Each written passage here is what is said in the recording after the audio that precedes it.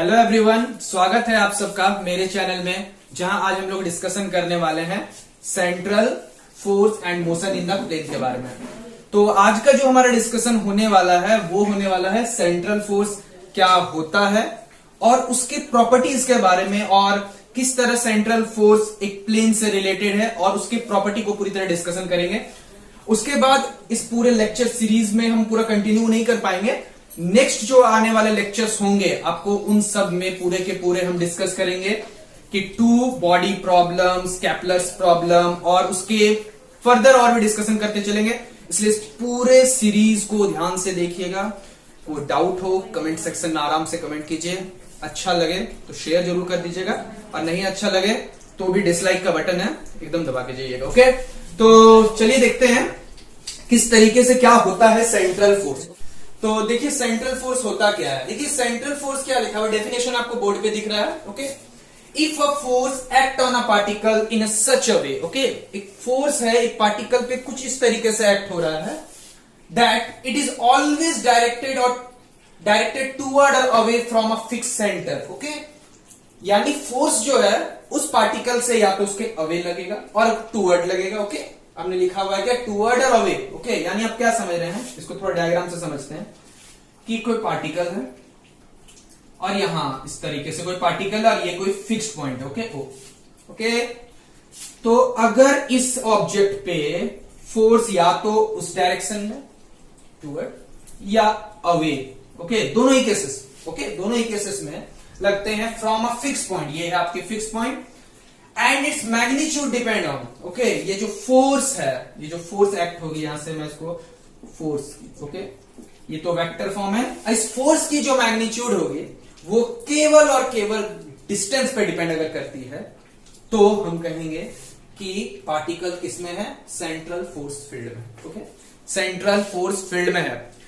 ये जो टॉपिक है आज हम पढ़ने वाले हैं, जो पढ़ रहे हैं, ये बहुत ज्यादा इंपॉर्टेंट है क्योंकि इससे बहुत सारे क्लासिकल प्रॉब्लम्स को सॉल्व कर सकते हैं। क्लासिकल मैकेनिक्स में जैसे कि हम लोग कैपलर्स प्रॉब्लम को सॉल्व करेंगे, स्कैटरिंग के प्रॉब्लम्स को सॉल्व कर सकते हैं, हाइड्रोजन एटम जो होता है जिसमें इलेक्ट्रॉन जो प्रोटॉन के चारों ओर मूव कर रहा है, that is also a type of central force. Okay, central force के बारे में होता है। तो ये बहुत ही ज्यादा इंपॉर्टेंट हो जाता है, इसलिए आज का जो लेक्चर है कंटिन्यू हम इसके सिर्फ प्रॉपर्टीज के बारे में डिस्कस करेंगे। इसके बाद फर्दर लेक्चर्स में हम टू बॉडी प्रॉब्लम समझेंगे ताकि हम उस पूरे के पूरे सेंट्रल फोर्स फील्ड को कंप्लीट डिटेल में डिस्कशन करें। ओके, तो देखिए सबसे पहले ये आपकी डेफिनेशन हो गई। अब इसको रिप्रेजेंट कैसे करते हैं, ध्यान से देखिए। ये जो फोर्स है एफ आर, ओके, यहां से इसको रिप्रेजेंट किया F R into R cap. Okay, ये जो है ये इसकी मैग्नीट्यूड है। ओके, ये इसकी क्या है, मैग्नीट्यूड है, और आर क्या है, रेडियल वेक्टर है, जो या तो उसके अवे फ्रॉम दैट हो सकता है या तो टूवर्ड हो सकता है, रेडियल यूनिट वेक्टर। ओके, अब ये जो मैग्नीट्यूड है बहुत कुछ डिसाइड करता है। यहां से हमने पहले बोला था कि ये एफ आर केवल रेडियल डिस्टेंस पे डिपेंड करता है, केवल डिस्टेंस आर पे डिपेंड करता है, तभी जाके ये कहलाता है मेरा सेंट्रल फोर्स फील्ड के नाम से जानते हैं। ओके, सो अगर यहां से दो कंडीशन अगर याद रखिए कि अगर इफ, जिसको हम बोले if F R is less than zero, okay, अगर आपकी F R less than zero यानी नेगेटिव है तो ये फोर्स क्या होगी, आपकी अट्रैक्टिव होगी। क्या होगी, अट्रैक्टिव होगी। Negative force that means toward the centre, okay, यानी अट्रैक्टिव होगी। और अगर if F R is greater than zero that means ये जस्ट इसके रिवर्स रिपल्सिव हो जाएगी। ओके, क्या हो जाएगी, रिपल्सिव हो जाएगी। ओके, तो ये छोटा सा बात था जो इसमें आपको ऐड करके कुछ समझना है। ओके, अब ध्यान से समझिए, तो कुछ बात हो गया। अब इसको थोड़ा सा और भी बेटर फॉर्म में लिख सकते हैं, जैसे कि आप जानते हैं vector R is equal to होता है R into R cap. Okay, primary knowledge है, पोजीशन वेक्टर को इस तरीके से रिप्रेजेंट करते हैं। Vector R is equal to R into R cap, जहां आर जो है उसकी मैग्नीट्यूड है और आर कैप यूनिट वेक्टर है। फर्दर तो यहां से हम आर कैप को वेक्टर आर बाय आर के फॉर्म में लिख सकते हैं। अब इसकी वैल्यू को अगर यहां सब्स्टिट्यूट करते हैं तो आप क्या पाएंगे कि F R is equal to R cap by R. Okay, R cap by R. Okay, ये एक छोटी सी बात होगी कि स्टार्टिंग बेसिक्स है जो सेंट्रल फोर्स के बारे में, बट इसकी कुछ प्रॉपर्टीज हैं जो सेंट्रल फोर्स और मोशन इन द प्लेन, इसको प्लेन की मोशन क्यों कहेंगे वो समझेंगे अगर उसकी प्रॉपर्टीज को समझते हैं कि सेंट्रल फोर्स फील्ड की प्रॉपर्टीज क्या क्या होने वाली है। ओके, तो इसको आप नोट कीजिए, इसके बाद उसकी प्रॉपर्टीज को डिस्कस करते हैं। देखिए ध्यान से, प्रॉपर्टीज इसकी क्या क्या है। ओके, सबसे पहला प्रॉपर्टी क्या है कि ये, ओके आपको बोर्ड नजर आ रहा होगा, इसकी स्क्रीनशॉट ले लीजिए। ओके, पहला प्रॉपर्टी क्या है कि ये it is conservative in nature.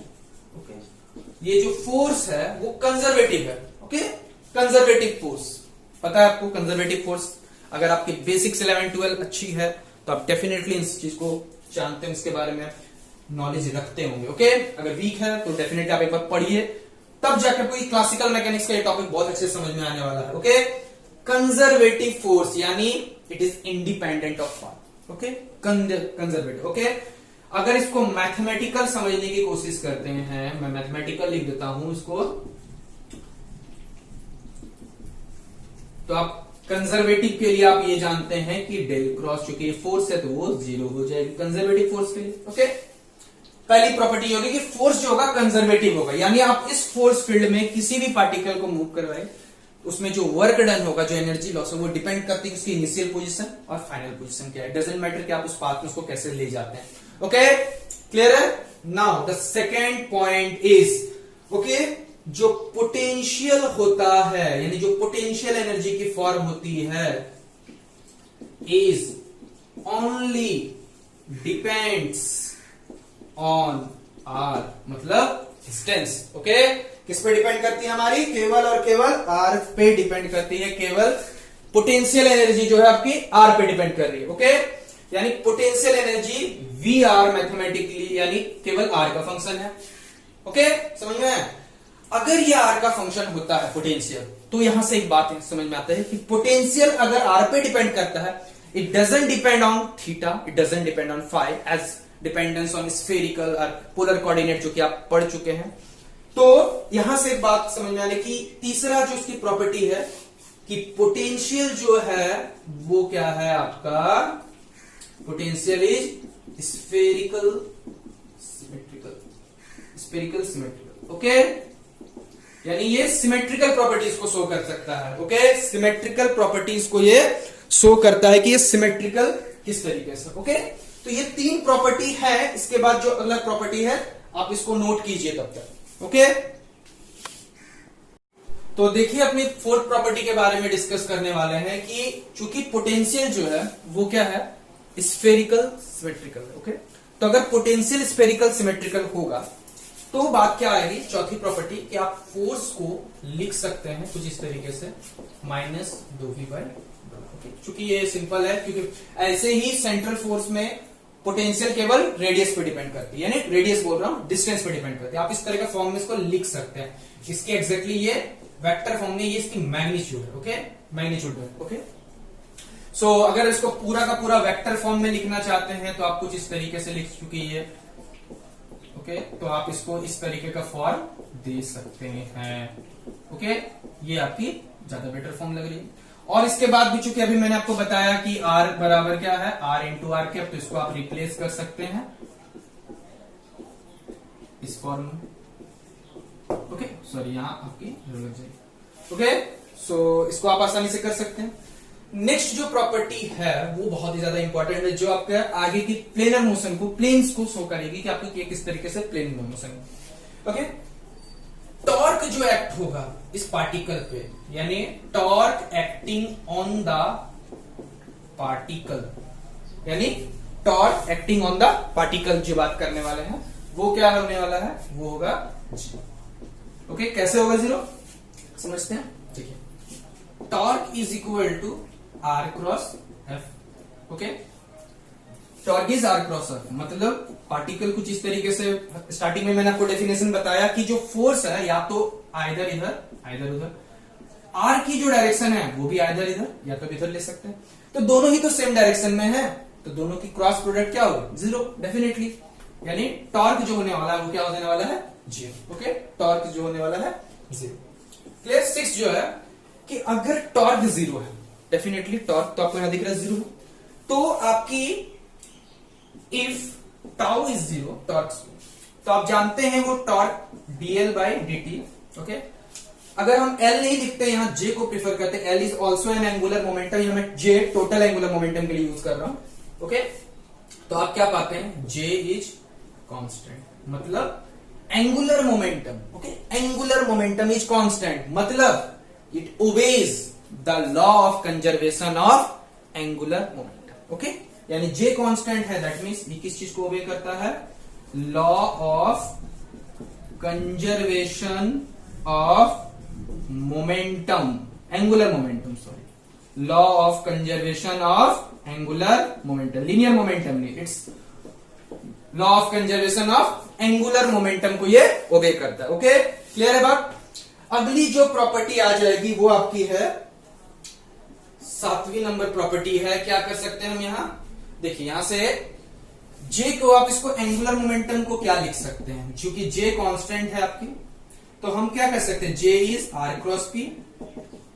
Okay, R cross P radial distance और P क्या है, लीनियर मोमेंटम। ओके, इन दोनों का प्रोडक्ट क्या होने वाला है, कांस्टेंट होने वाला है, यानी R cross P is constant. Okay, R और P कांस्टेंट है, यानी P की जो डायरेक्शन है इन मोमेंटम वेलोसिटी की जो डायरेक्शन, वो क्या आपस में क्या होने वाली है, constant. That wise it means कि पार्टिकल जो होने वाला है मूव्स इन अ प्लेन, मतलब क्या है कि R और P का जो प्रोडक्ट है, क्रॉस प्रोडक्ट है, वो हमेशा फिक्स रहने वाला है, कोई चेंज नहीं होने वाला। तो इसका मतलब क्या, पार्टिकल जो है वो क्या है, हमेशा एक प्लेनर मोशन को बनाती है, यानी एक मोशन इन द प्लेन, यानी सेंट्रल ऑर्बिट जो है वो केवल प्लेनर मोशन है, वो एक तरीके से प्लेनर मोशन को शो कर सकता है। ओके, पाथ क्या हो गए, इट डजंट मैटर, अभी पाथ के बारे में डिस्कशन नहीं कर रहे हैं, हम केवल बात करें कि जो भी होगा पार्टिकल का मोशन, फोर्स की जो डायरेक्शन वो क्या होने वाली है, मोशन जो होने वाली है about that fix point is a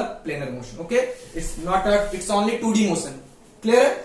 सो आगे इसको मिटाते हैं, आगे ध्यान से देखिए आगे जो करने वाले हैं। अब देखिए यहां से अगले जो है आप इसको नोट करते चलिएगा कि यहां से क्या क्या होने वाली है प्रॉपर्टी।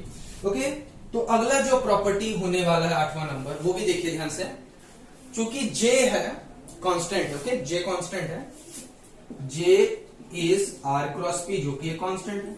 हमने क्या किया कि R डॉट J किया। ओके, R डॉट J, तो क्या होगा, R dot R cross P। Okay, R dot R cross P।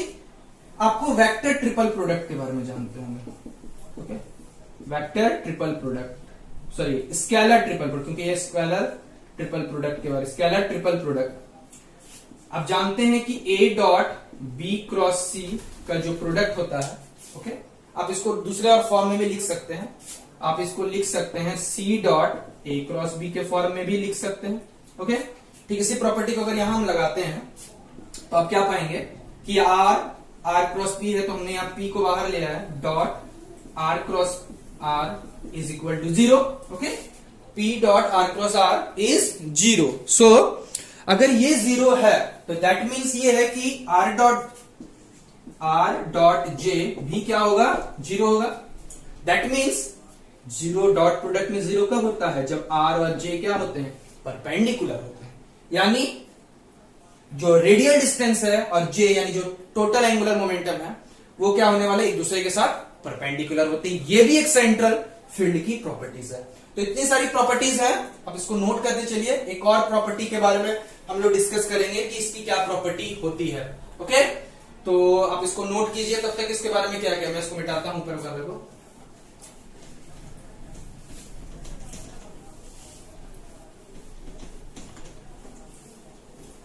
अब देखिए ध्यान से, यहां से अगली जो प्रॉपर्टी है आप इसको ध्यान में रखने, सारे के सारे प्रॉपर्टीज को आपको ध्यान में रखते हुए काम करना। देखिए जो अगली प्रॉपर्टी है, प्रॉपर्टी नंबर 9।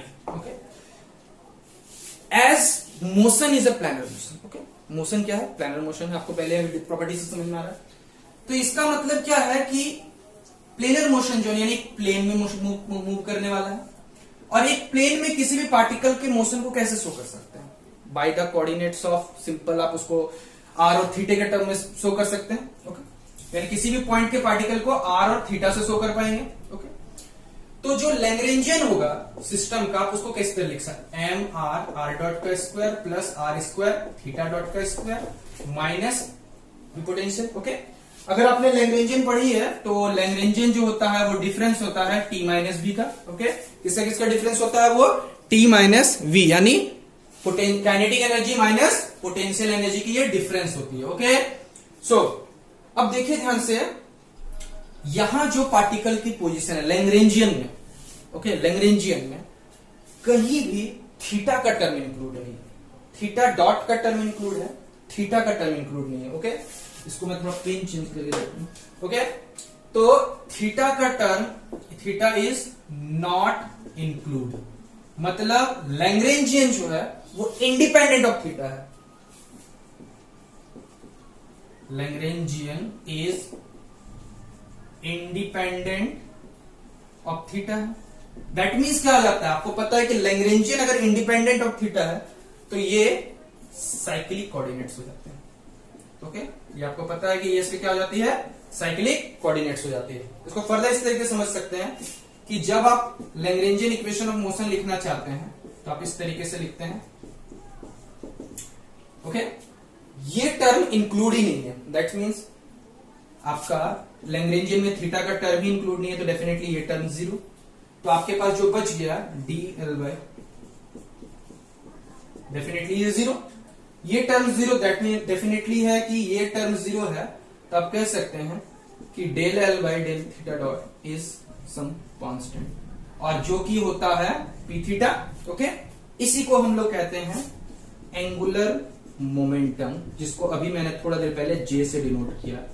ओके, किससे डिनोट किया, जे से डिनोट किया है। ओके, तो इससे क्या पता है कि जे इज कांस्टेंट, और ओके, जे क्या रहने वाला है, कांस्टेंट, जो कि हम पहले ही सिंपल प्रूफ कर चुके थे, लेकिन आप इसको लैग्रेंजियन के थ्रू भी देख सकते हैं। तो ये कुछ बातें आपको सामने दिखेगी जो कि सेंट्रल फोर्स है और उसके मोशन से रिगार्डिंग है। ओके, तो फर्दर के आने वाले लेक्चर्स में मैं आपको two body problems, Kepler's problem, जो कि हर तरह के एग्जाम के लिए जरूरी है, चाहे वो अंडर ग्रेजुएट हो, चाहे वो पोस्ट ग्रेजुएट स्टूडेंट्स हो, चाहे वो कॉम्पिटिटिव वे में तैयारी करो, सबके लिए जरूरी है। लेक्चर अच्छा लगा हो तो पूरा वीडियो लास्ट तक देखिए, नहीं अच्छा लगे डोंट वरी, आप और भी यूट्यूब में वीडियोस पड़े हुए आप उनको रिकमेंडेड कर सकते हैं। और अगर अच्छा लगा हो तो आई होप कि मैं आपसे उम्मीद करूंगा कि आपकी रिस्पॉन्सिबिलिटी बनती है कि आप इस लेक्चर को शेयर जरूर करें, और आपको किस तरह के वीडियो चाहिए मुझे डेफिनेटली कमेंट सेक्शन में कमेंट करके बताइए। I will definitely wait for this. Okay, thank you.